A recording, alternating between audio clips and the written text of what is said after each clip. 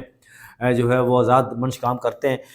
تو اجلاس میں اس بات کا انکشاف ہوا کہ سب سے زیادہ جو کیس ہیں 80 جن پر استحصال دہشت گردی میں، وہ سندھ میں 2273 وہاں پر کیس ہیں۔ یہ بتایا گیا کہ وہاں پر جی چوری کے مقدمات ہوتے ہیں، پولیس جب انہیں گرفتار کرتی ہے ملزمان کو تو ان پر 780 لگا دیتی ہے، وہ دہشت گردی کے دفعات لگا دیتی ہے، جس کی وجہ سے وہ فیصلے نہیں ہو پاتے۔ 1372 کیس سندھ میں زیر التوا ہیں۔ اس کے ساتھ دوسرے نمبر پر پنجاب میں مائنر سے کیس ہیں، اتنے زیادہ کیس نہیں ہیں۔ خیبر پختونخوا کے حوالے سے بتایا گیا جی کہ وہاں کیسز ہیں لیکن وہاں پر فیصلے جلدی ہو رہے ہیں۔ لیکن یہ ایک بات بتائی گئی وہاں پر اجلاس میں کہ خیبر پختونخوا کے جو جج ہیں نا استاد دہشت گردی کے حوالے سے، ان کا نام صیغہ راز میں رکھا جائے گا۔ آپ کو پتہ ہے ناظرین کہ وہاں نام صیغہ راز میں رکھنے کی کیوں بات کی گئی؟ وہ اس لیے بات کی گئی کہ وہاں پر خیبر پختونخوا میں دہشت گردی زیادہ ہے، اور وہاں پر ججز کو پچھلے، آپ کو پتہ ہوگا کہ پچھلے عرصے میں ججز کو اغوا بھی کیا، ایک جج کو اغوا بھی کیا گیا تھا، بھاری رقم تاوان، وہ تاوان سندھ کے ڈاکو جو لے جاتے ہیں بندے کو، اس طرح کا تاوان نہیں، یہ کوئی اور تاوان تھا جو ادا کیا گیا، پھر ججز کو چھڑایا گیا۔ تو ناظرین میں آتا ہوں،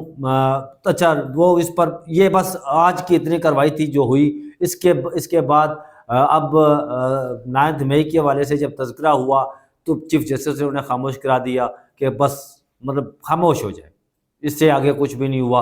اور کارروائی ختم ہونے کے بعد اعلامیہ جاری ہو گیا جی کہ یہ بیٹھک ہوئی، اور چیف جسٹس نے بڑا اس پر کہا جی کہ آپ جو ہے وہ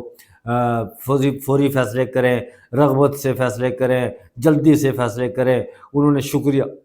ادا کیا، جیسے بس وہی ایک روٹین کا اس میں میٹر تھے، کوئی اس میں زیادہ معاملات نہیں تھے۔ بہرحال یہ ہے کہ کل آتا ہوں میں اپنی دوسری خبر کی طرف کہ کل سپریم جوڈیشل کونسل کا اجلاس ہو رہا ہے۔ اس اجلاس میں یہ سپریم جوڈیشل کونسل ناظرین آپ کو بتاتے ہیں کہ یہ وہ کونسل ہے جو ججز کو نکالتی ہے، نوکریوں سے فارغ کرتی ہے۔ جیسے جسٹس مظاہر اکبر نقوی کو نوکری سے نکالا گیا، ایک ریٹائرڈ جج، جناب ریٹائرڈ جج نہیں ہے وہ، خیر وہ عبدالشکور پراچا صاحب تھے، ان کے خلاف سپریم جوڈیشل کونسل میں کارروائی چل رہی تھی، جو اسلام آباد الیکشن ٹریبونل کے سربراہ بنے ہوئے ہیں، جنہوں نے پنڈی کی سیٹیں اور اسلام آباد کی سیٹوں کی جنہوں نے وہ تحقیقات کرنی ہے جناب، میں ان جسٹس عبدالشکور پراچا کی بات کر رہا ہوں۔ ان کے خلاف جب کارروائی ہوئی تو سپریم جوڈیشل کونسل نے کہا جی کہ آپ یا کارروائی کا سامنا کریں یا آپ مستعفی ہو کر گھر چلے جائیں۔ تو ظاہر ہے پھر مستعفی تو بندہ اسی صورت میں ہوتا ہے جی جب وہ گلٹی ہوتا ہے، ادروائز اگر بندہ پاک صاف ہو تو پھر وہ جس کے دامن پر چھینٹے نہ ہوں تو وہ پھر استعفیٰ تو نہیں دیتا نا، پھر وہ میدان میں ڈٹ جایا کرتا ہے، میدان عمل میں۔ جس طرح بیچ میں سے یہ ایک بات آ گئی، میں واپس اپنے مدعے پر آتا ہوں۔ میں عمران خان کے حوالے سے اکثر ایک ذکر کرتا ہوتا ہوں کہ شیر کی کچھار میں کیلولا لیتا ہوا وہ شخص ڈٹا ہوا ہے، شیر کی کچھار میں کیلولا لیتا ہوا وہ شخص ڈٹا ہوا ہے وہاں پر، اور جھکنے کا نام نہیں لے رہا۔ اس پر میں انشاءاللہ ویڈیو کروں گا عمران خان پر، لیکن یہ بیچ میں سے یہ بات آ گئی، وہ کرپشن کے دامن دبے لگے ہوئے، اس پر یہ بات آ گئی تو میں بیچ میں عمران خان کا ذکر آ گیا۔ وہ کمیٹی اس کونسل کی کارروائی کا ذکر کر رہا تھا میں، تو اس میں اس کے ممبران ہیں جسٹس یحییٰ فریدی اور جسٹس منصور شاہ کا اپر ہینڈ ہوگا جسٹس امین الدین پر اس میں یہ دو، اور اس کے ساتھ ہیں جسٹس منیب اختر 3 اور جسٹس عامر فاروق 4 اور بلوچستان کے چیف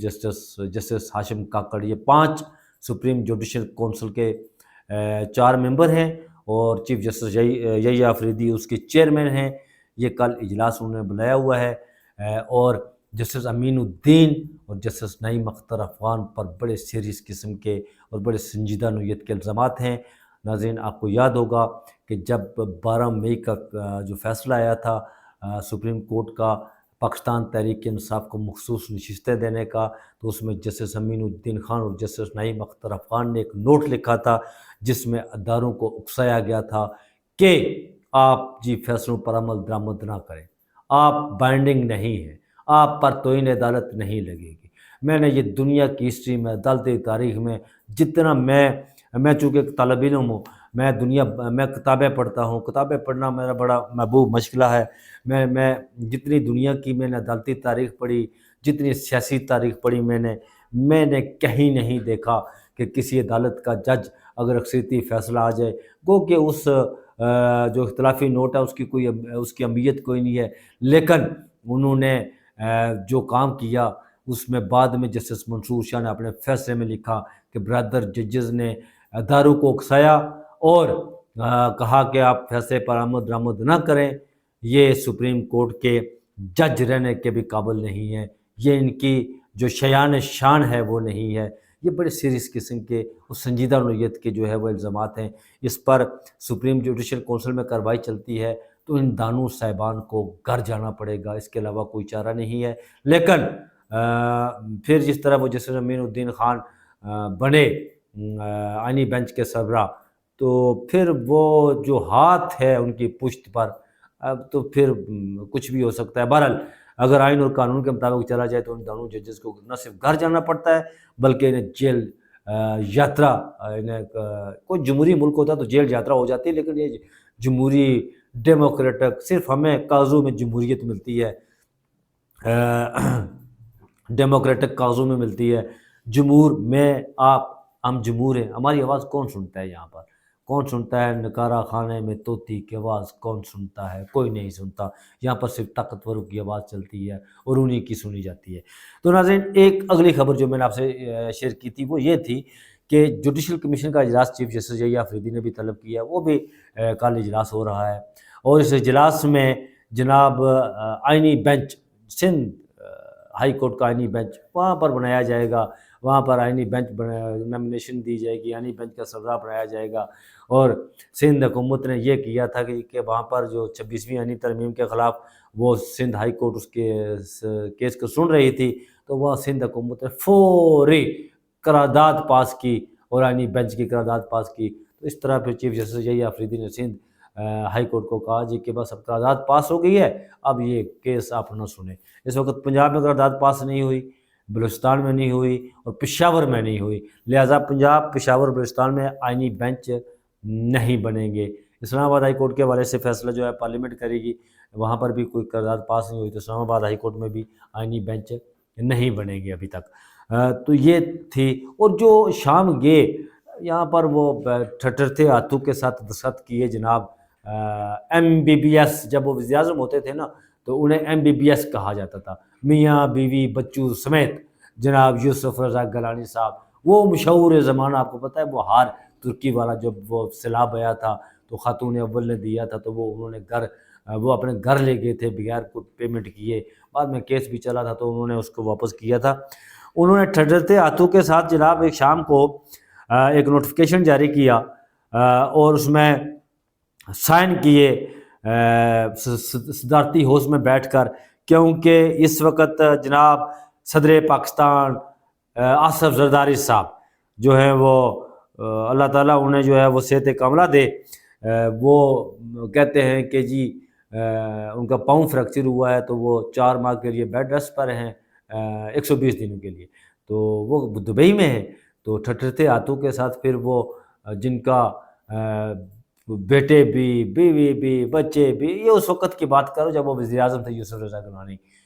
تو کرپشن میں لتھڑے ہوئے تھے، انہوں نے سائن کیے جی کہ چیف سپریم کورٹ کے ججز کی تنخواہ، ماشاء اللہ کیا ہی بات ہے، آگے وہ کم تنخواہ لیتے تھے، یہ ہاؤس رینٹ کی بات کروں گا اور ججز الاؤنس کی بات کروں گا، وہ انہوں نے بڑھائی جناب، اس پر سائن کیے کہ سپریم کورٹ آف پاکستان کے ججز جو ہے وہ آگے کم تنخواہ لے رہے تھے، ان کی تنخواہ اب بڑھائی جائے۔ تنخواہ کتنی بڑھائی گئی؟ ہاؤس رینٹ میں اضافہ کیا گیا، پہلے 68,000 روپے ہاؤس رینٹ دیا جاتا تھا، اسے بڑھا کر 3,50,000 کر دیا گیا کہ بھائی صاحب، جج صاحب، آنریبل جج صاحب، یہ وہ جج ہیں، جب ہم ان کے خلاف کوئی بات کریں، کوئی اونچ نیچ بھی ہو جائے تو پھر توہین عدالت کی تلوار ہمارے، یہ صرف ہمارے عامیوں پر، جمہور پر لٹکتی ہے، خواص پر نہیں۔ انہیں کہا گیا کہ آپ اتنا رینٹ لیں جی، آپ بڑے بڑے محلات میں رہیں، یہ کیوں آپ چھوٹے چھوٹے مکانوں میں رہ رہے ہیں؟ اور اس کے ساتھ جوڈیشل لاس جو تھا وہ پہلے 4,28,000 تھا، اسے بڑھا کر 11,68,000 کر دیا گیا۔ کیا ہی بات ہے، وہ کیوں کیا گیا؟ ناظرین وہ اس لیے کیا گیا، آپ کو پتہ ہے 26ویں آئینی ترمیم ہوئی تھی سپریم پارلیمنٹ میں، پھر اس پر کسی نے کوئی انقلاب کا وہ جو چشمہ پھوٹ رہا تھا، خون جوش مار رہا تھا، وہ سب ٹھس کر گیا اور کہا گیا کہ یہ لیں جی، آپ نے ہمارے ساتھ پورا تعاون کیا، نہ کسی بینچ کے سامنے وہ 26ویں آئینی ترمیم لگائی، نہ کوئی کسی پریکٹس اینڈ پروسیجر ایکٹ میں وہ مدعا اٹھایا تو تھا جسٹس منصور شاہ اور منیب اختر نے، لیکن چیف جسٹس صاحب نے کہا نہیں جی، ہم اسی طرح چلتے ہیں۔ چیف جسٹس یحییٰ آفریدی جناب وہ ڈی ایس پی ہیں، ڈی ایس پی تھانے میں ہوتا ہے نا، اسے ہر ایک سلیوٹ کرتا ہے، لیکن اختیارات ایس ایچ او کے پاس ہوتے ہیں۔